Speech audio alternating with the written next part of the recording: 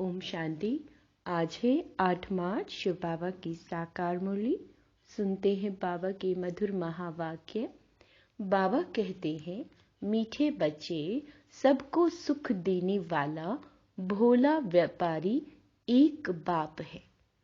वही तुम्हारी सब पुरानी चीजें लेकर नई देते हैं। उनकी ही पूजा होती है। प्रश्न, तुम्हारी गॉडली मशीनरी का कर्तव्य क्या है? तुम्हें कौन सी सेवा करनी है? उत्तर, बाबा कहते हैं, मीठे बच्चे, तुम्हारा कर्तव्य है सभी मनुष्य मात्र का कल्याण करना। सबको तमो प्रधान से सतु प्रधान बनाने के लिए बाप का संदेश देना। तुम सबको बोलो कि स्वर्ग स्थापन करता बाप को याद करो तो तुम्हारा कल्याण होगा। तुम्हें सबको लक्ष्य देना है। क्या देना है? लक्ष्य देना है। तुम सबको बोलो कि स्वर्ग स्थापन करता बाप को याद करो तो तुम्हारा कल्याण होगा। तुम्हें सबको लक्ष्य देना है। जो देवताओं को मानने वाले होंगे, तुम्हारे कुल के होंगे, अंडरलाइन है ना, वह इन सब बातों को समझेंगे। तुम्हारी है रूहानी बातें। गीत है, भोलेनाथ से निराला कोई और नहीं। ओम शांति। भोलानाथ शिव बाबा बैठ समझाते हैं। भोलानाथ सिर्फ एक शिव बाबा है। गौरीनाथ जो कहते हैं, गौरी कोई एक पार्वती नहीं होती। गौरीनाथ या बबुलनाथ अर्थात बबुल जैसे कांटों को फूल और सांवरे बन पड़े हैं। जो सांवरे बन पड़े हैं उनको गोरा बनाने वाले हैं। महिमा सारी है ही एक की। यह है मनुष्य सृष्टि रूपी झाड़ व ड्रामा। जब ड्रामा कहा जाता है तो उसमें जो मुख्य एक्टर्स हैं वह जरूर याद आते हैं। मुख्य जरूर हीरो हीरोइन की जोड़ी होती है। बाबा कहते हैं, यहाँ भी मुख्य कोई जरूर चाहिए। माता पिता नामी ग्रामी हैं। सूक्ष्म वतन में कहते हैं शंकर पार्वती। ब्रह्मा का किसी को पूरा मालूम नहीं। ब्रह्मा सरस्वती कह देते हैं, परंतु वह कोई जोड़ी है नहीं। वास्तव में शंकर पार्वती की भी जोड़ी है नहीं। विष्णु को भी दुनिया नहीं जानती। उनको जो अलंकार दिखाते हैं वह भी उनके नहीं है। यहाँ लक्ष्मी नारायण की जोड़ी कहेंगे। अब सभी से भोलानाथ उनको कहा जाता है जो बहुत सुख देने वाला है। भोलानाथ व्यापारी भी है। हमसे पुरानी चीज लेकर नई देता है। पहले पहले बुद्धि में आना चाहिए, सभी से ऊंचे ते उच्च कौन है। जो बहुतों को सुख देते हैं उनकी पूजा भी होती है। तो यह सब विचार सागर मंथन करने की बातें हैं। विचार सागर मंथन का नाम बहुत बाला है। तो विचार किया जाता है। मनुष्यों में ऊंचे ते उच्च लक्ष्मी नारायण। अच्छा, उन्होंने क्या सुख दिया है जो मनुष्य उनका नाम लेते हैं या उनकी पूजा करते हैं? वास्तव में उन्होंने सुख तो कोई भी नहीं दिया है। हाँ, वे सुख धाम के मालिक थे, परंतु उन्होंने ऐसा बनाया किसने? इनके पहले वो कहाँ थे? बाबा कहते हैं, अगर बाबा उन्हों को ऐसा नहीं बनाता तो वे कहाँ होते? यह सब तो बच्चों को मालूम है। आत्मा तो कभी विनाश होती नहीं। उन्हों को ऐसा काम किसने सिखलाया जो इतना ऊंचा बने? जरूर कोई शिक्षा मिली है। बाबा कहते हैं, दुनिया नहीं जानती वह पास्ट में कौन थे। तुम अब जानते हो लक्ष्मी नारायण 84 जन्म भोग अंत में ब्रह्मा और सरस्वती बनते हैं। तो क्या लक्ष्मी नारायण की महिमा गाई जाए या उन्हों को जो पुरुषार्थ कराने वाला है अथवा प्रारब्ध देने वाला है, उसकी महिमा की जाए। कितनी गुह्य बातें हैं। समझाना है कि लक्ष्मी नारायण क्या करके गए हैं।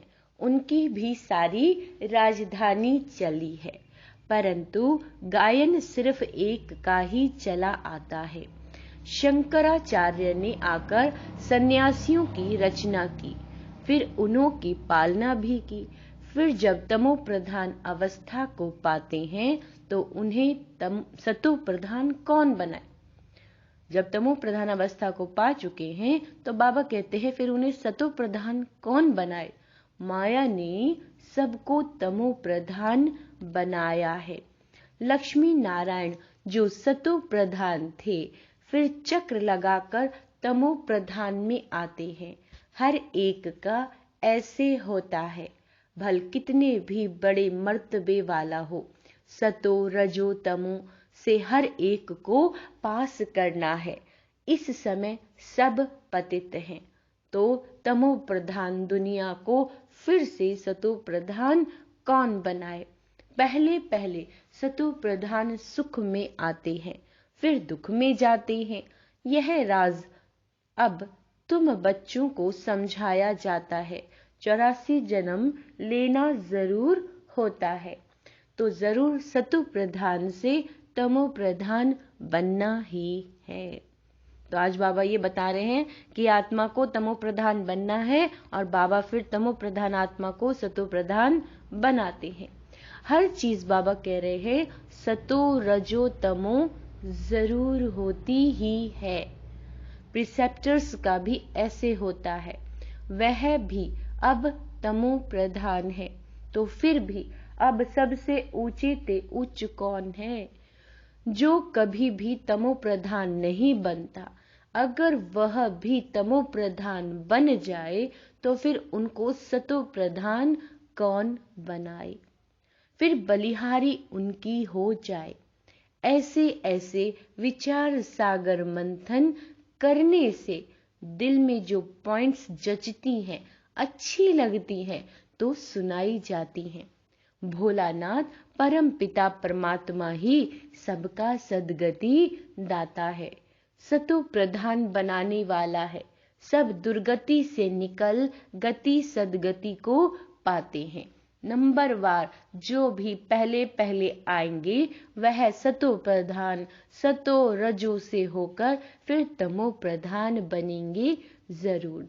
पहले पहले जब आत्मा नीचे आती है तो उनको सुख भोगना है, दुख भोग ना सके।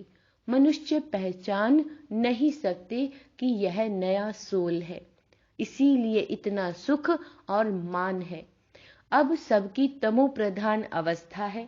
तत्व खानियां आदि सब तमो प्रधान है। बाबा कहते हैं नई चीजें थी अब पुरानी हो गई हैं। वहां का अनाज फल फूल आदि कैसे अच्छे होते हैं, वह भी बच्चों को साक्षात्कार कराया जाता है। बाबा कहते हैं सूक्ष्म वतन में बच्चियां जाती हैं, कहती है बाबा ने शुभी रस पिलाया। जरूर उच्च बाप चीज भी ऊंची देते होंगे। बच्चों को यह बुद्धि में रहना चाहिए, ऊंचे ते उच्च एक भगवान ही है, याद भी सब उनको करते हैं। गॉड फादर कहते हैं गॉड रहते ही हैं ऊपर में। आत्मा गॉड फादर को याद करती है। क्यों? क्योंकि आत्मा को दुख है, आत्मा को दुख है तो भोलानाथ बाप आकर फिर सुख देते हैं, तो उनको क्यों नहीं याद करेंगे जब भगवान हमें सुख देंगे। आत्मा कहेगी हम शरीर के साथ जब दुखी होता हूँ तो बाबा को यानी बाप को बहुत याद करता हूँ। रावण दुश्मन दुख देते हैं तो बाप को याद करते हैं। दुख में हम सभी आत्माएं परमात्मा को सिमरण करती हैं। फिर जब हम आत्मा स्वर्ग में रहती है तो बाप को याद नहीं करती, क्योंकि हम सब बहुत सुखी है ना वहां पे, तो दुख होता तभी बाबा की याद आती है। यह आत्मा कहती है बाप को ही पुकारेगी ना। मनुष्य तो उनका ऑक्यूपेशन बायोग्राफी कुछ नहीं जानते, न ड्रामा का राज जानते हैं कि कैसे आत्मा चक्कर में आती है। तुम बच्चे अब जानते हो माया रावण दुख देने वाली है। यह रावण राज्य शुरू हुआ द्वापर से, यह भी समझाना है, क्योंकि ये किसी को पता नहीं है कि सबसे पुराना रावण दुश्मन रावण है। उसकी हिम्मत पर ये पार्टीशन आदि हुआ है। अभी तुम बच्चे समझते हो हम श्रीमत से भारत को स्वर्ग बनाते हैं। वही सदगति दाता सबका है। वह जब आए तब ही ब्रह्मा विष्णु शंकर से कार्य कराए। ऊंचे ते उच्च वह एक ही है। उनकी बायोग्राफी को कोई नहीं जानते। यह खेल ही ऐसा बना हुआ है। तो बाबा समझाते हैं सबसे बड़ा दुश्मन रावण है, उस पर जीत पानी है। समझाते भी उनको हैं जिन्होंने कल्प पहले समझा था। जिन्होंने कल्प पहले समझाया था, बाबा उन्हें समझाते हैं।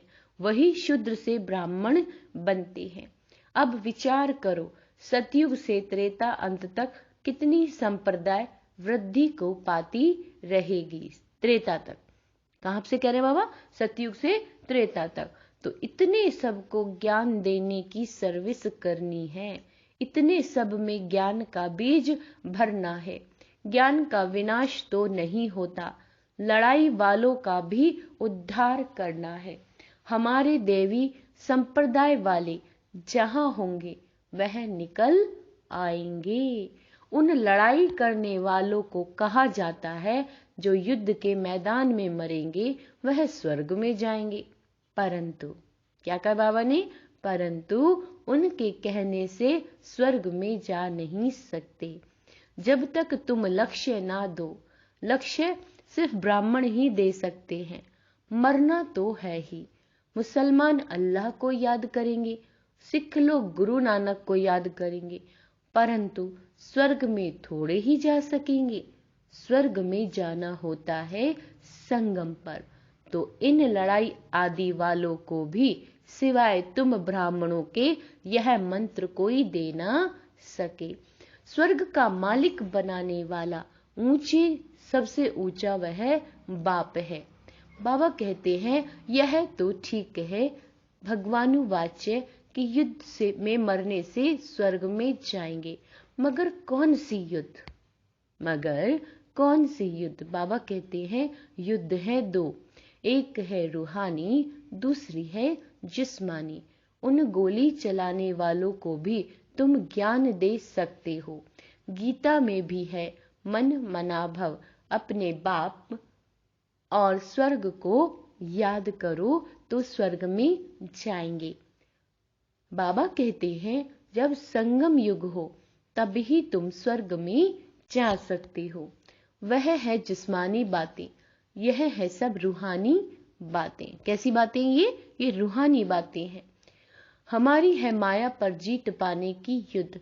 मरते समय मनुष्य को मंत्र दिया जाता है, यह जाते ही है मरने के लिए, तो बाप का संदेश देना है। एक दिन गवर्नमेंट भी तुमको कहेगी कि यह नॉलेज सबको दो। तुम हो गॉडली मशीनरी, तुम्हारा काम है बहुतों का कल्याण करना। बोलो भगवान को याद करो। अब स्वर्ग स्थापन हो रहा है, तो सुनकर बहुत खुश होंगे। जो इस कुल के होंगे वही मानेंगे।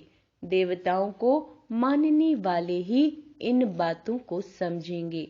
तो सबका कल्याण करना है। बिगर बाप को याद करे स्वर्ग में जा नहीं सकते। स्वर्ग स्थापन करता बाप को जब याद करेंगे तब ही कल्याण होगा।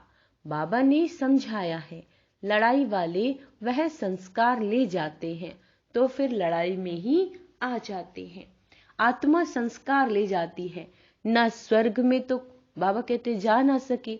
जो भारत की सेवा करते हैं उनको फल तो मिलना चाहिए ना, तो उन्हों की भी सर्विस करनी है। बहुतों बड़ों बड़ों को समझाना है, तुम्हारा प्रभाव निकलेगा। तुमको कहेंगे यहाँ आकर भाषण करो, जैसे मेजर ने बाबा को मंगाया। जहां तहां समझाने के लिए बाबा कहते हैं घुसना पड़ता है। बड़े को समझाने से फिर छोटे बहुत आते हैं, परंतु गुरु को तुम पहले समझाओ तो चेले लोग उनका माथा ही खराब कर देंगे, फिर उनको निकाल दूसरे को गद्दी दे देंगे, क्योंकि ये बिल्कुल नई बातें हैं। सारी दुनिया में एक भी मनुष्य गीता को पूरा समझते नहीं है। कहते हैं बरोबर रुद्र ज्ञान यज्ञ से विनाश ज्वाला प्रज्वलित हुई, फिर क्या हुआ ये नहीं जानते। फिर क्या हुआ, फिर वो नहीं जानते। मनुष्य कुछ भी नहीं जानते हैं। इस समय सब तमो प्रधान है। बाबा कहते हैं क्रिश्चियन भी यह मानते हैं कि क्राइस्ट यहाँ बैगर रूप में है, फिर बैगर से अमीर कौन बनाए। सबका सदगति दाता तो एक ही परमात्मा है। तो तुम बच्चे अगर अच्छी रीति बैठ समझाओ तो बहुतों का कल्याण कर सकते हो। बाप स्वर्ग का रचयिता ही पतित पावन है, तो उनकी श्रीमत पर चलना पड़े। जो लायक होंगे वही निकलेंगे। जिनको स्वदर्शन चक्र का व मन मनाभव का अर्थ बुद्धि में है, उनको ही ब्राह्मण कहेंगे। ब्राह्मण बनने बिगर देवता नहीं बन सकते। प्रजा तो बहुत बननी है। त्रेता अंत तक जो आने वाले हैं उनको ये मंत्र मिलना है। तीर उनको ही लगेगा जो हमारे कुल का होगा। तुम्हारे तीर में अब जौहर भरता जाता है, फिर पिछाड़ी में बहुत तीखे बाण लगेंगे। बाबा कहते हैं सन्यासियों को भी बाण लगे हैं ना, फिर समझा है बरोबर यह भगवान ही बाण मारते हैं। तुम्हारे ज्ञान बाण अब जौहरदार रिफाइंड बनते जाते हैं। मुख्य बाण एक ही है। क्या है? बाण एक ही है, मन मना भव। यथार्थ रीति समझाया है कि यही संगम युग है, जहां से स्वर्ग जा सकेंगे। महाभारत लड़ाई भी सामने खड़ी है। वह भी युद्ध का मैदान है, यह भी युद्ध का मैदान। माया पर जीत पाने में मेहनत लगती है। साधन प्रजा भी बहुत बननी है।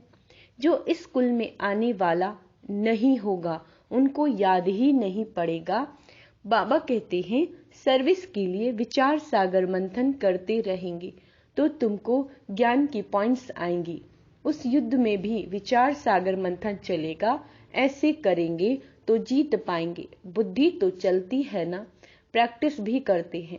जब तीखे हो जाते हैं तो मैदान पर लड़ने जाते हैं। तुम्हारे पास बहुत ढेर आएंगे। भगवान के दर पर भक्तों की भीड़ होनी है। मच्छरों सदस्य आएंगे। प्राइम मिनिस्टर व किंग क्वीन के आगे इतनी भीड़ नहीं होती जितनी भगवान के पास भक्तों की भीड़ होगी। फिर उस भावना से आएंगे।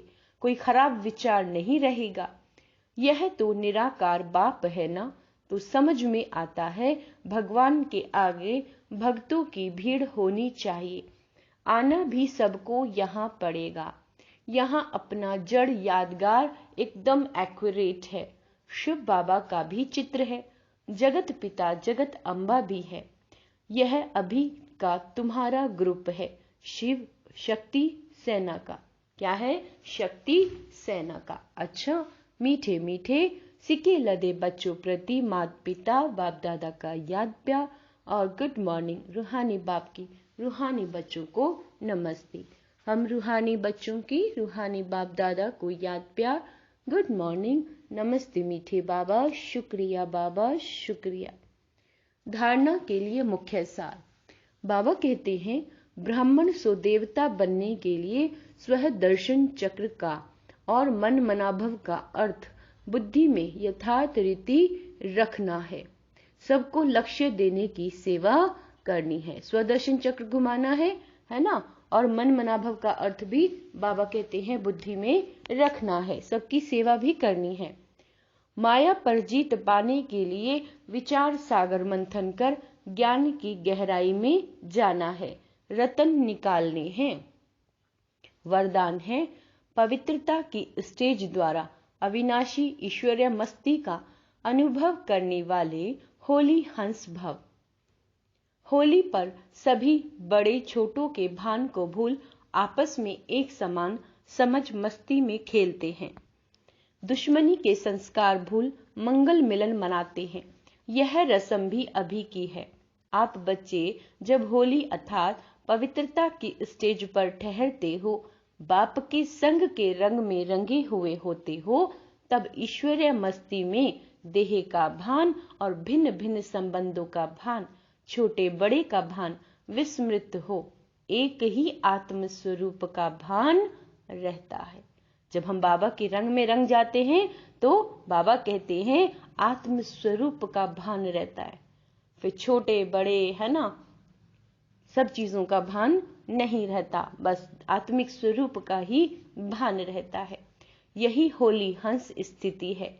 इसी का यादगार हर वर्ष होली उत्सव के रूप में मनाते हैं। स्लोगन, जिनके जीवन में शीतलता है। क्या है? शीतलता। वे दूसरों के जलते हुए चित्त पर विजय प्राप्त कर सकते हैं। जिनके जीवन में शीतलता है वही दूसरों के चित्त पर, जलते हुए चित्त पर क्या कर सकते हैं? विजय प्राप्त कर सकते हैं। अच्छा, ओम शांति।